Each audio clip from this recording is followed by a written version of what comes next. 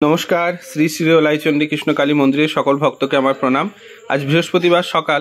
গতকাল নবদ্বীপ গেছিলাম, তো অনেকটা রাতে ফিরেছি। মন্দিরের জন্য কিছু জিনিস কিনে এনেছিলাম, ঠাকুরের জামা, ধূপকাঠি, সেগুলো মা তখন শয়ন দিয়ে মন্দির চাবি দিয়ে ফেলেছিল, যার কারণে ঘরে রাখা হয়নি, মন্দিরে টাঙিয়ে রেখে দিয়েছি। তো এখন সকালবেলা স্নান করে মায়ের ঘরে ঢুকেছি, এখন গোপালকে জাগাচ্ছি।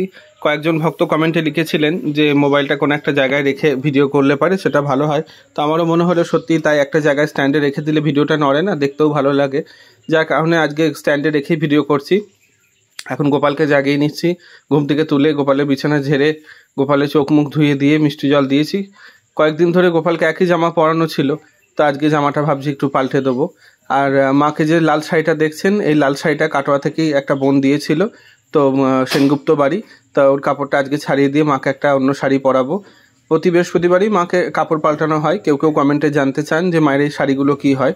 তো যে শাড়িগুলো মাকে দিয়ে যায় ভক্তরা, শাড়িগুলো মাকে ছাড়িয়ে রেখে দিই আলমারিতে, একটু গঙ্গার জল ছিটিয়ে। খুব একটা ধোয়া কাচা করি না, যদি মনে হয় যে একটু ফুল চন্দন লেগে গেছে, ধুতে কাচতে হবে, তখনই আবার নতুন করে ধুয়ে কেচে আবার গঙ্গার জল ছিটিয়ে ইস্ত্রি করে ঘরে রেখে দিই। তবে আমি কাপড় দোকানে পাঠাই না, ইস্ত্রি করতে হলে ঘরেই করি।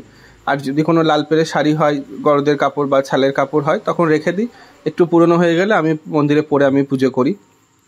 তো মায়ের গায়ে চাঁদমালা, অস্ত্র এগুলো সব খুলে নেওয়া হবে। এবার মন্দিরে দু তিনটে মতো গজাল পোতা থাকে, ওখানেই গজালে এগুলো সব টাঙিয়ে রেখে দিই। তারপর মাকে আবার শুকনো একটা ন্যাকড়ার মধ্যে একটু জল ভিজিয়ে নিয়ে সুন্দর করে চোখ মুখ সব পুছিয়ে দেওয়া হয়। মায়ের চুলগুলো হাতে তুলে রাখি, কারণ একটা মানুষ কাপড় পরতে কতক্ষণ সময় লাগে তো বুঝতেই পারছেন। এবার একটা মায়ের মৃন্ময়ী মূর্তি সাজাতে একা হাতে অনেকটাই সময় লাগে। আবার যেহেতু আমার করে করে অভ্যাস হয়ে গেছে, যার কারণে একা একা খুব অসুবিধা বুঝি না। তো একই রকমভাবেই পড়াই, তো আমার দীর্ঘদিনের অভ্যাস, তাই খুব একটা অসুবিধা মনে হয় না। কোন একটা সময় যখন মা আগের বড় মূর্তি ছিল, তখন আমার মা মন্দিরে ঢুকতেন, আমরা মা বেটা একসঙ্গে দুজনে মিলে মাকে সাজাতাম। তো এখন পারিবারিক কাজের জন্য মা সব দিন আসতে পারে না। আগে অনেক ভিডিওতে আপনারা দেখেছেন আমি একাই পড়াচ্ছি। তো মায়ের শাড়িটা আবার পাল্টে নিচ্ছি, দেখুন কেমন লাগে। হ্যাঁ, মাকে সাজানো কমপ্লিট হয়ে গেছে। এই যে শাড়িটা দেখছেন, এটা খুব সুন্দর একটা হালকা গোলাপি রং। কাটোয়া থেকে অভিক দত্ত বলে একটা ভাই এই বেনারসিটা মাকে দিয়েছে, আজকে ওই কাপড়টাই মাকে পরিয়ে দিলাম। এবার শীতলা মাকে সাজাবো। বাচ্চাদের নাচের শাড়ি বললে কাপড়ের দোকানে পাওয়া যায়, সেই শাড়িটা কিনে নিয়ে এসেছিলাম। শীতলা মাকেও আজকে এই শাড়িটাই পরে সাজিয়ে দিয়েছি, খুব সুন্দর লাগছে। ছোট্টর মধ্যে কাপড়টা ডান দিকে আঁচল করে দিয়েছি, কোঁচ করে দিয়েছি, সুন্দর লাগছে।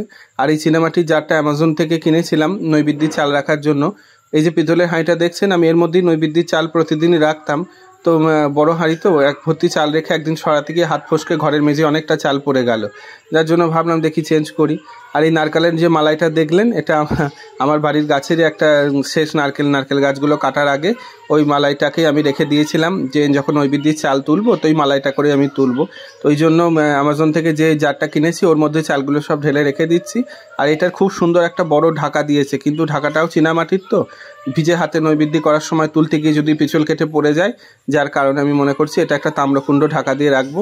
তো হাঁড়ি থেকে চালগুলো এটাই ঢেলে রেখে দিচ্ছি। যখন নৈবেদ্য হবে, মায়ের যে ভোগের ঘরটা আছে, যে বাসনের ঝাঁকাগুলো থাকে, ওর পাশে জানলার উপরে একটা জায়গা করা আছে, ওইখানটা করে এটাকে রেখে দেবো। আমি আগে একটু মাপ করে নিলাম যেখানে রাখলে কেমন হবে। এই যে এই ঢাকাটার কথা বলছিলাম, তো এটা দেবো না। এটা দিলে পারে কী হবে, ভিজে হাতে তোলার সময় না পড়ে যেতে পারে, ভেঙে গেলে জিনিসটা খারাপ হয়ে যাবে। তো এই তাম্রকুণ্ড হোক, একটা কিছু বাসন হোক, চাপা দিয়ে রেখে দেবো। কমপ্লিট হয়ে গেছে চালটা, দেখুন এইখানটা রেখে দিলাম।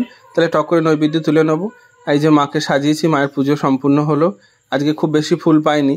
আর যদি মাকে ওপরে ওড়না দিই, তখন আর ফুলের মালা পরাই না, পরালে কি হয়, ওড়নাটা গায়ে চেপে ধরে, তো দেখতে আরও অন্যরকম খারাপ লাগে, যার জন্য এইভাবে দিয়েছি। নৈবেদ্য সাজানো হয়ে গেছে, পুজো হয়ে গেল। পুজো করার পরই ভিডিওটা করলাম, যেহেতু কেউ ছিল না তখন, তার কারণে আগে ভিডিওটা আমি তুলতে পারিনি। পুজো করার পরই ভিডিওটা তুললাম। যাই হোক, আজকের মতো এইটুকুনি দিলাম আপনাদের জন্য। ভিডিওটি কেমন লাগলো আপনারা কমেন্টে জানাবেন। আর সবার কাছে এটাই অনুরোধ করব, যারা অ্যাক্টিভ ফলোয়ার্স রয়েছেন, ভিডিওটা একটু শেয়ার করে দেবেন। সবাই ভালো থাকুন, শুভরাত্রি।